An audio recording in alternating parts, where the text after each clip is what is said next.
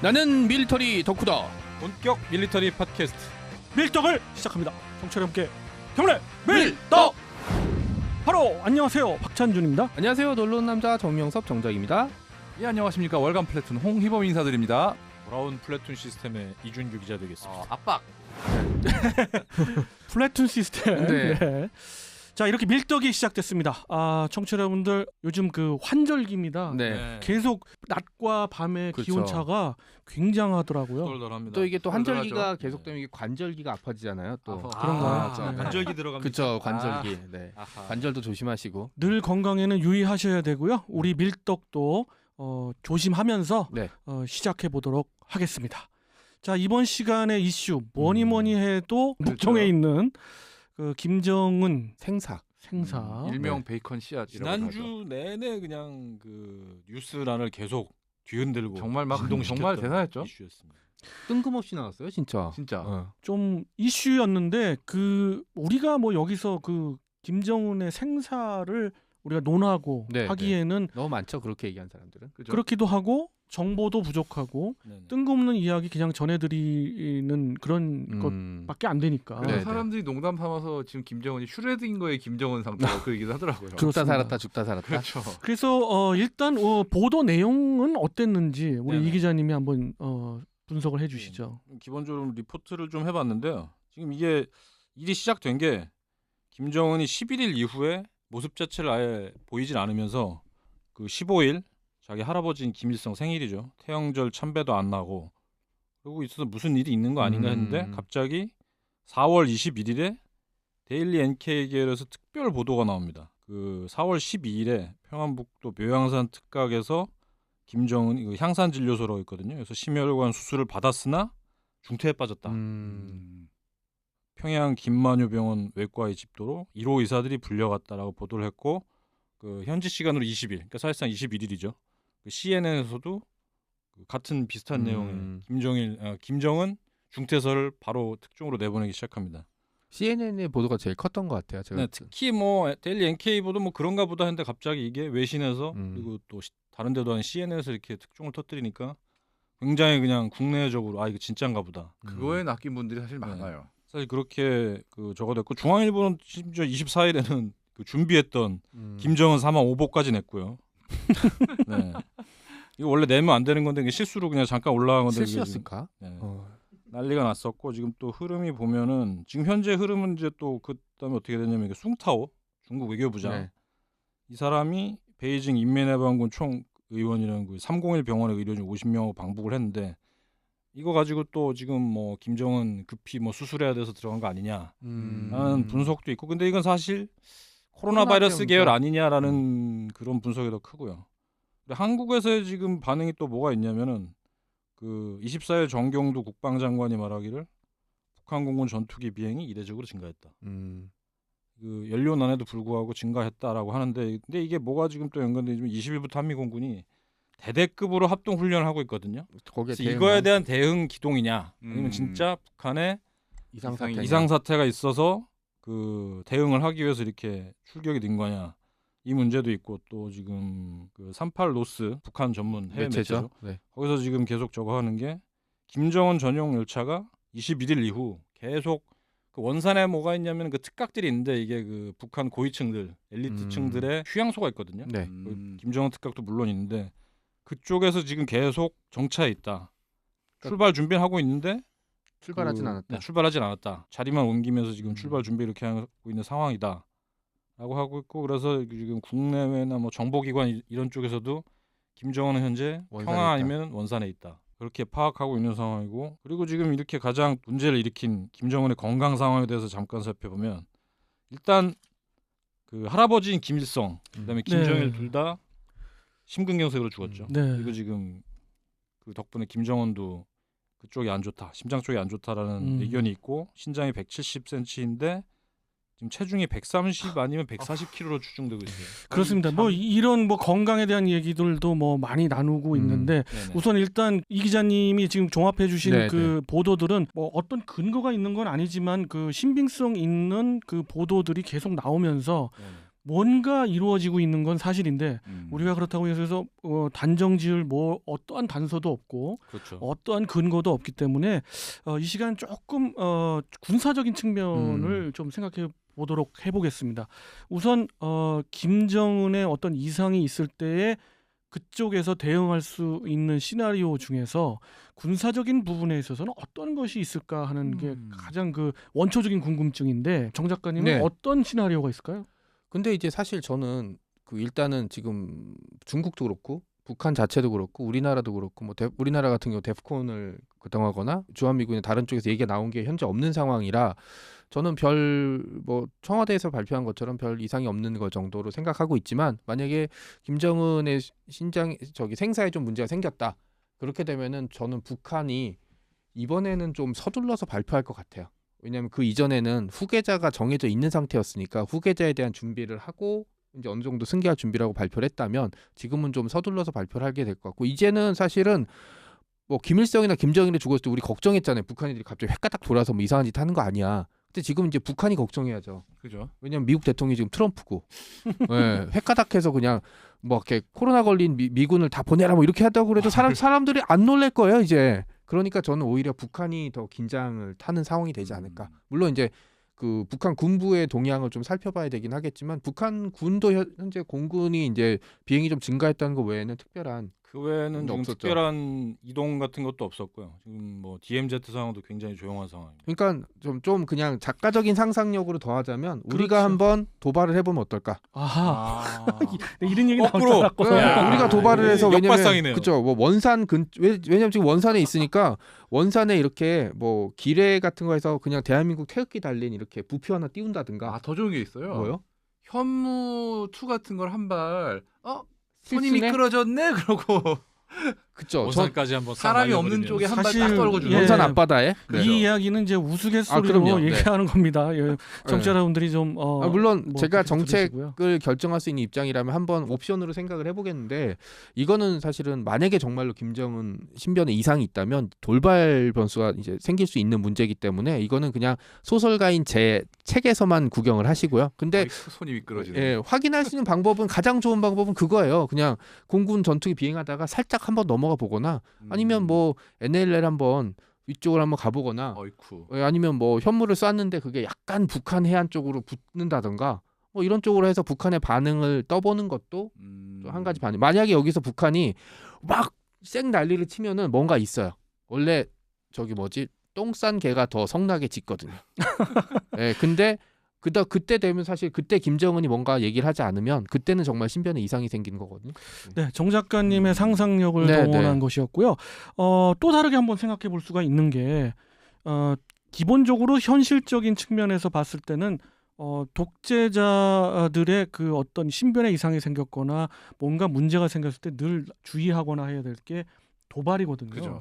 그러면 북한이 그 기습적인 도발 내지는 뭐 전면적인 도발을 할 때에 우리가 상상할 수 있는 우리가 알 수 있는 가능한 시나리오들이 분명 있는데 각자분들의 생각도 좀 듣고 싶거든요. 우리 홍 편집장님 어떤 시나리오가 있으세요?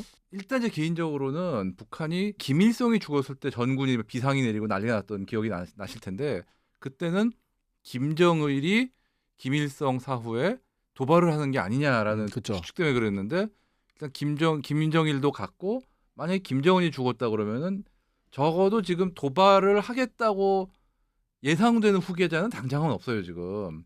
그런 상황이다 보니까 쉽게 도발을 할까 싶긴 한데 만약에 그래도 뭔가 도발이 있다 그러면은 결국은 가장 가능성이 높은 게 연평도 쪽이 아닐까. 서해오도. 네, 국지전 쪽으로 그렇죠. 보시는 하다못해 포라도 쏘지 않을까라는 생각을 하고요. 만약에 도발이 있다면은 음흠. 다만 진짜 병력을 투입해서 점령을 하는 식의 도발까지 갈지는 조금 의문이고요. 가능성상은. 그렇습니다. 이건 분명히 이제 가정에 대한 얘기인데 그렇죠. 많이들 그 군사적인 시나리오들을 얘기를 하잖아요. 뭐 예를 들자면 비상 상황에 북한 쪽에서 가장 먼저 할 수 있는 것이 미사일 그 사령부에서 북한의 미사일 사령부에서 운영하고 있는 100개가 조금 넘는 그 텔들, 그 발사 차량들이 당연히 기동하면서 움직이기 시작하고 그 다음에 동해와 서해에 있는 잠수함 기지에서 발진한 뭐 동해 같으면 아주 유명한 마양도 기지에서 발진하고 서해 같으면 관련해서 잠깐 한번 말씀드리면 네. 지금 24일에 함경남도 선덕 비행장에 지금 TL이 전개를 했습니다. 그렇죠. 그래서 지금 이게 중거리 이상의 탄도 미사일을 쏠 것 같다라는 추측이 있는데 그건 그냥 사실상 김정은의 건재함을 과시하기 그렇죠. 위한 행사가 예, 아니냐라는 예. 추측이 있습니다. 그 뭐 보도에 의한 그 나온 텔들도 텔들도 아니에요. 그 텔 하나가 이제 움직였는데 선덕 비행장인가요? 네네. 그 거기에 이제 그 모습을 나타내는데 그 발사 그 차량의 바퀴수를 보면 그렇게 그 중량감 있는 미사일이 아니거든요. 우리가 이제 유의해야 될 미사일들 또 저쪽 미국에서 또 유의해야 될 미사일들의 큰 대형의 이제 텔들이 움직인 건 분명 아닌데 아무튼 유사시라면 그들은 이렇게 움직이겠다는 얘기고요. 잠수함과 미사일 사령부에 있는 그 전력들이 먼저 움직이기 시작하고 공기부양정을 비롯한 서해 제대들이 거의 뭐 그 개떼 전술이라고 그러죠. 그렇죠. 1, 2, 3 제대를 이루어서 가고 그 다음에 이제 그 후방에 전방과 후방에 있는 기계화 군단과 전연 군단들이 움직이기 시작할 건데 이런 시나리오들을 우리가 한번 본 적이 있죠. 네. 아주 그때 사실 계획대로 우리가 그동안 상상하던 계획대로 움직인 것도 사실 아니었어요. 그죠. 그래서 사실 그때 군에서 상당히 좀 긴장을 했었던 네. 그런 측면에서 봤을 때 이렇게 우리가 상상하고 있는 것 외에 어떤 움직임이 있을까 하는 것도 굉장히 흥미롭거든요. 그래서 저는 그런 좀 대화를 좀 나눠보고 싶은데 하지만 근데 사실 홍 편장 얘기대로 이제 그 김일성이 죽었을 때 김일성이 죽은 게 문제가 아니라 그 이후에 권력을 승계한 김정일이 자신의 권력을 공고히하기 위해서 도발을 하는 게 아니냐라는 게 문제였었고 특히나 김정일 같은 경우는 테러만 몇 차례를 한 인물이기 그렇죠. 때문에 네. 특히나 더 유주 인물이었고요. 그런 문제들이 있었고 사실은 김정일에서 그래서 김정은으로 넘어갈 때 김정은이 그래도 외국 유학도 했고 좀 젊은 개방적인 인물이라 그래서 사실은 김일성이 죽었을 때만큼 김정일의 죽음이 이렇게 사실 큰 파장을 가져오지는 좀 않았거든요. 근데 그때 당시에 연평도에 폭격이 있었을 때 이제 제가 이제 좀 알기로는 김정은이 좀 자신의 권위를 좀 공고하기 위한 그런 수단으로서 활용했다라는 이야기를 좀 들었었거든요. 그럴 가능성은 있죠, 확실히. 예. 그러니까는 북한의 지도자가 계속 바뀔 때마다 어떤 특정 사건들이 있었다라는 거는 좀 확실했던 것 같아요. 그러니까 뭐 당연히 그건 주의를 해야 되고 아마 그 한미 정보 당국에서도 체크를 하고 있고 저는 이게 아마 전면전이나 전면전에 준한 국지전 조짐이 저는 잠수함이라고 보고 있거든요. 사실은 방열은 우리가 이제 짐작을 할 수 있지만 미리 관측할 수 있고 필요하면 선제 공격을 할 수 있지만 잠수함은 사실은 뭘 쏘기 전까지는 잘 모르기 애매하죠, 때문에 진짜. 잠수함이 만약에 있던 잠수함이 다 이제 사라져서 물속에 들어가 있다라 그러면은 저는 좀 해야 되는데 아직 거기에 대한 동향도 현재 나온 게 없죠. 그거 지금 나온 게 없고요. 제가 보기에는 오히려 이거는 만약 김정은이 죽었다고 하면은 이건 북한으로서는 초유의 사태거든요. 그러니까 이제 왜냐면 걱정해야 돼요, 김일성 진짜. 뭐 사망 오보 나왔던 86년이나 그다음에 김정일 사망 오보 나왔던 2008년 이럴 때하고 좀 다르게 북한 최고 지도자가 죽었을 때 정작 죽었을 때는 국내에서 아무도 몰랐어요. 그치. 그죠. 아무도 몰랐었고 북한이 일주일 안에 방송을 하기 전에는 아무도 발표하기 전에는 몰랐죠. 아무도 몰랐어요. 근데 확인할 수 있는 게 하나 있어요. 지금 수술을 집도한 의사들이 살아있냐? 아, 만약에 지금 그거는, 수술하다가 네. 뭔가 문제가 있으면 지금 좀 화염 방사기로 태워졌을 거거든요. 그죠. 그 사람들 행방을 추적해 보면 어떨까요? 1호 의사들일 거 아니야. 더 재밌는 경우는 김정일 같은 경우 뇌수술을 실제 했는데 프랑스 의사들이 했거든요. 그래서 프랑스 그 정보부를 통해서 심지어 국내 정보 조직에서 그 김정일 뇌사진 MRI 찍은 거 입수까지도 했었습니다. 그럼 이렇게 막 그거를 35% 분석을 하고 최소한 어느 한 곳에 마비가 왔을 거다라고 분석을 했는데 실제로 그 몇 개월 후에 나타났을 때 왼쪽이 완전히 마비가 온 모습을 확인했죠. 김정은 머릿속에 무슨 생각하고 있는지는 우리도 알 수 있겠네. 35%가 일단 뭐 먹을 거. MRI 사진을 그렇죠. 딱 네. 체크. 근데 컴퓨터도 있구만. 아직은 뭐 김정은에 대한 그 어떤 그 근거랄지 뭐 그쵸. 정보들은 네. 없고요. 북한 출신 고위급 인사들 뭐 또 최근에 이제 국회의원으로 당선된 태구민 씨의 뭐 이야기 뭐 이런 것들도 자기 때문에. 자기의 생각이지 이것이 뭐 근거가 있는 건 전혀 아니기 때문에 사실 지금 김정은의 생사에 대한 중요하고 확실한 정보가 들어 있으면 입수됐다면 지금 언론에 공표하면 안 되죠. 그죠. 만약에 청와대도 뭔가 알고 있다면 얘기를 하면 안 되죠. 이거 언론에다가. 왜냐면은 만약 언론에 얘기하게 되면 북한 입장에서는 어느 쪽으로 정보가 나가는지 체크할 수 있는 기회가 되는 거거든요. 만약 여러 군데서 막 이상설에 대한 얘기가 나왔으면 모르겠지만 딱 확실한 얘기 한번 나오면 이거는 북한 입장에서는 누가 밀정인지 확인할 수 있는 방법 그 확실한 네, 루트라서 바로 그래서 그런 부분도 지금 나오고 있습니다. 이게 맞아요. 사실은 북한이 그 서방 정보기관 그냥 떠보려고 괜히 한번 설레발 친 거 아니냐. 그렇죠. 이게 딱 쳤을 때 그쵸. 그 소스가 어디로 나가는가 그쵸. 그것만 그죠. 체크해도 여러 어디서 그 고위층에서 접속선이랄까 뭐 휴민트 라인을 체크가 되기 때문에 여러 고사총에 맞겠구만. 네. 아. 재밌는 게 또 이런 상황이니까 또 많은 밀덕분들 그러면 데프콘 걸리는 거 아니냐라고 생각하시는데 실제로 북한 고위층이 죽었을 때 데프콘 상황이 걸린 적은 한 번도 없습니다. 비록 김일성 죽었을 때 지금이 고생들 했지만 데프콘이 5단계로 나눠져 있는데요. 5단계 중에 그 지금은 4단계고요. 5단계는 아예 오지도 않습니다. 네. 그러니까 통일돼야 오는 거고. 네. 4단계고 3단계가 준전이 상태인데 이건 딱 두 번밖에 걸린 적이 없어요. 76년 도끼 만행하고 83년 아웅산 폭탄 때는 딱 두 번 걸렸고 김정일 사망 때 요거 3단계 한번 할까 하다가 상황 보고서 안 걸었죠. 그런 상황이고 오히려 저 같은 경우에는 만일 김정이 진짜로 죽었다고 하면 이건 북한으로서는 초유의 사태라 그렇지. 그죠. 후계자도 없이 이렇게 상황을 맞는 거기 때문에 오히려 도발이고 뭐고 할 틈도 없이 자기네들끼리 이전 투구가 벌어질 것이라고 봅니다. 그러면 여기서 궁금증이 또 생기는 게 자연스럽게 생기는 게 북한의 지금 군부 엘리트 또는 노동당 정치 세력들의 네네. 여러 세력들 중에 과연 어느 세력이 집권하느냐 또는 이전 투구가 있느냐. 다들 그 매달리긴 할 텐데 근데 흥미로운 게 북한 그 고위층이 항상 최고 권력층이 그 준비해 왔던 게 누구도 쿠데타를 못하게 설치해 놓은 거였거든요. 수십 년 동안 해놓은 그렇죠. 게. 예. 그래서 예를 들어 내가 뭐 총참모장이라고 해도 내가 뭐 부대를 명령을 내려서 마음대로 움직일 수가 없어요. 그런 점이 있습니다. 서로가 이렇게 감시하고 네, 있기 시스템 때문에. 자체가 있기 때문에 그거는 예를 들어 부대 하나 움직이려고 하면 세 군데서 오케이를 해줘야 돼요. 네. 김일성, 김정일, 김정은은 수십 년 동안 얘네들이 쿠데타를 못하게 한다는 생각만 그냥 머리에 가득했기 때문에 그걸 그렇게 차단하는 방법을 만들어 놨어요. 저는 전화 한 통해서 야 부대 움직이 이게 안 됩니다. 저는 조금 그 예견이 되는 것 중에 하나의 충돌은 그런 뭐 정식 군의 충돌은 당연히 없고 말씀하신 대로 그런 거는 굉장히 그동안의 수해 동안에 막아왔기 때문에 그러지 않더라도 북한의 그 경호사령부 뭐 형식 호위총국과 그에 준하는 보안 부대가 또 있죠. 그 양대 산맥들이 있는데 그 산맥들이 늘 지도자가 바뀔 때마다 권력을 서로 나누었어요. 네네. 그것이 충돌하지 않을까 하는 생각이 있어요. 일단 또 재밌는 게 지금까지는 그래도 김정일 때까지는 최소한 아들은 있지 않습니까? 근데 문제는 김정은은 아들이 없어요. 이게 지금 어린 딸 있죠 지금. 그렇죠. 왕조 국가에서 이게 굉장히 골치 아픈 그렇죠. 문제인 게 어느 왕조나 위기를 맞을 때가 후계자가 불명하지 않을 때 아니면은 후계자가 약해서 권력을 뺏기 쉬울 때였어요. 어릴 그래서 때나 뭐 지금 그렇죠. 외신에서는 그 대단한 거 뭐 인사이트 잡은 척하면서 그 이번엔 뭐 김여정이 나서서 섭정할 거다 하는데 그건 뭐 당연히 예상되고 있는 거죠. 근데 문제는 김여정이 섭정을 한다 쳐도 얼마나 오래 갈 것이냐는 아무도 예측을 못하는 상태죠 지금. 네, 뭐 카리스마도 없고 지지 세력 같은 것도 만들어 두지 못했고 그쵸.